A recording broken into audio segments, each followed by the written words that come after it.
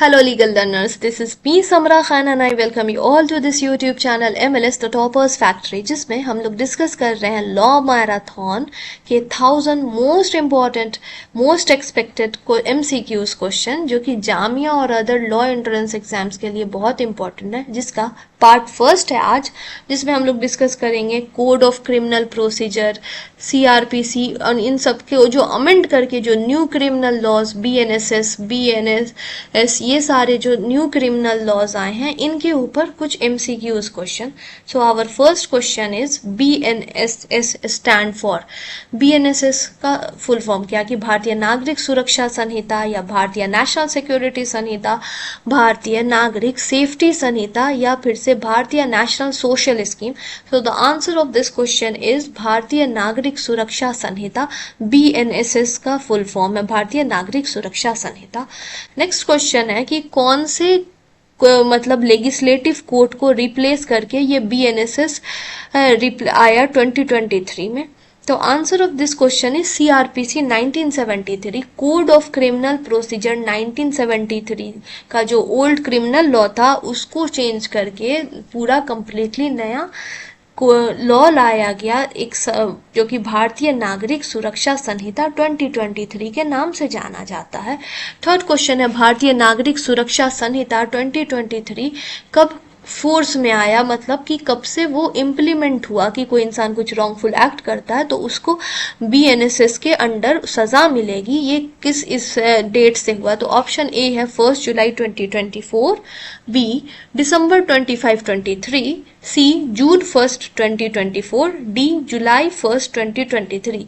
So the correct option is A July 1, 2024 से ये come into force मतलब implemented हो गया। उसके बाद हमारा नेक्स्ट क्वेश्चन है, ये चीज दे रखा, Bharatiya Nagarik Suraksha Sanhita 2023 came into force on 1 July 2024। Next question है the president gave his assent to BNSS on 25 December 2023 कि प्रेसिडेंट ऑफ इंडिया ने असेंट दिया, सिग्नेचर किया इस न्यू क्रिमिनल लॉ के ऊपर 25 दिसंबर 2023 को। देखो 2023 के दिसंबर में साइन कर दिया था प्रेसिडेंट ने, असेंट दे दिया था, लेकिन इम्प्लीमेंट कब से हुआ 1 जुलाई 2024 से। Next question, how many sections are there in BNSS 2023। तो कितने सेक्शंस दे रखे हैं, तो 531 सेक्शन है।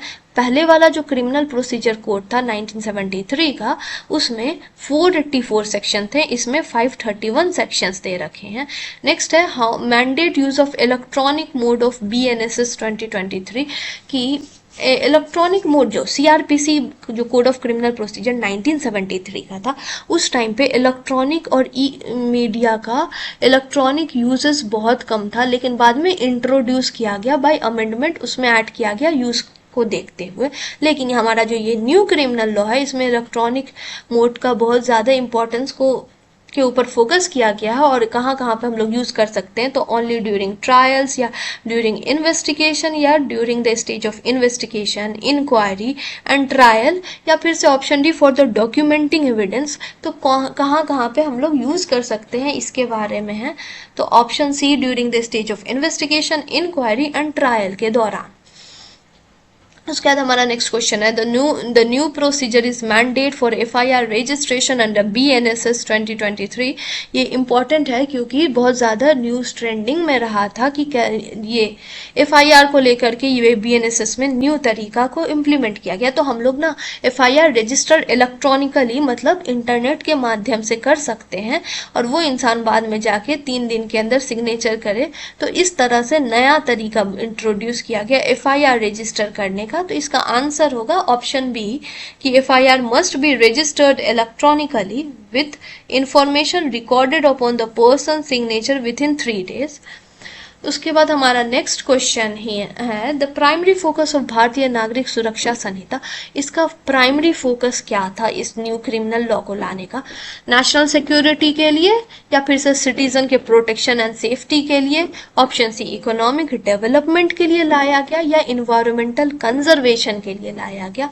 सो the correct answer is citizen protection and safety. लो सिटीजन के प्रोटेक्शन और सेफ्टी के लिए लाया गया। नेक्स्ट क्वेश्चन है which of the following section of BNS Bharatiya Nyaya Sanhita define its extra territorial jurisdiction. यहाँ पे BNSS नहीं, BNS भारतीय न्याय संहिता की बात की जा रही है, जिसमें किस सेक्शन में एक्स्ट्रा टेरिटोरियल जुरिस्डिक्शन की बात है। सो the correct option is section 1 clause 4 में बात की जा रही है एक्स्ट्रा टेरिटोरियल जुरिस्डिक्शन की। नेक्स्ट क्वेश्चन है BNS अप्लाई करता है offence committed by the citizen of India outside, कि कोई इंसान है वो इंडिया का सिटीजन है लेकिन दूसरे कंट्री में वो कोई ऑफेंस कमिट करता है, तो वो इंसान लायबल होगा कि नहीं, ये चीज इस क्वेश्चन में पूछा गया। ऑप्शन ए है यस कि वो इंसान लायबल होगा, ऑप्शन बी है नो कि दूसरे देश में कर रहा है तो वो क्यों लायबल होगा इंडिया के अंदर। ऑप्शन सी है if the offence is associated, कि वो ऑफेंस ऐसा एसोसिएटेड हो और उसका नेक्सस मतलब कि कनेक्शन हो जो कि ऑफेंस इंडिया में कमिट हुआ है उससे, तभी वो इंसान उसमें लायबल होगा। ऑप्शन डी है if there is a mutual treaty between India and the country in which the offence was committed, कि अगर दोनों देश के बीच में म्यूचुअल ट्रीटी है तभी वो इंसान लायबल होगा। So the answer of this question is yes, मतलब कि ऑप्शन है कि कोई भी इंसान अगर सिटीजन इंडिया का है और वो आउटसाइड कमिट करता है कोई ऑफेंस, तब भी वो इंडिया के BNS के अंडर लायबल होगा। नेक्स्ट क्वेश्चन है how many chapters are there in BNSS। हमारे BNS भारतीय नागरिक सुरक्षा संहिता में कितने चैप्टर हैं, तो 39 चैप्टर्स हैं। हमारा जो CRPC था उसमें 37 चैप्टर थे, इसमें 39 चैप्टर है। उसके बाद हमारा नेक्स्ट क्वेश्चन है punishment of the case involving the multiple offence under BNSS में मैक्सिमम पनिशमेंट कितनी है। न्यू मैक्सिमम पनिशमेंट 20 ईयर्स की मैक्सिमम पनिशमेंट है।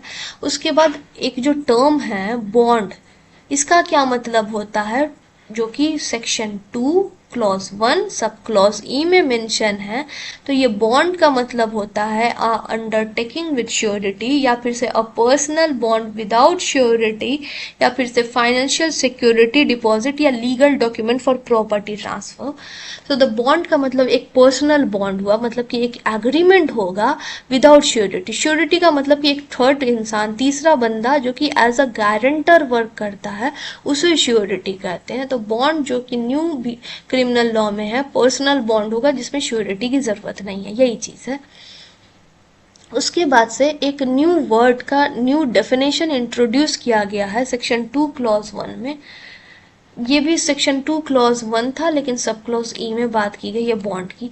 यहाँ पे सेक्शन 2 क्लॉज 1 में एक न्यू डेफिनेशन इंट्रोड्यूस किया गया, तो वो कौन सा वर्ड है, so that word is bell.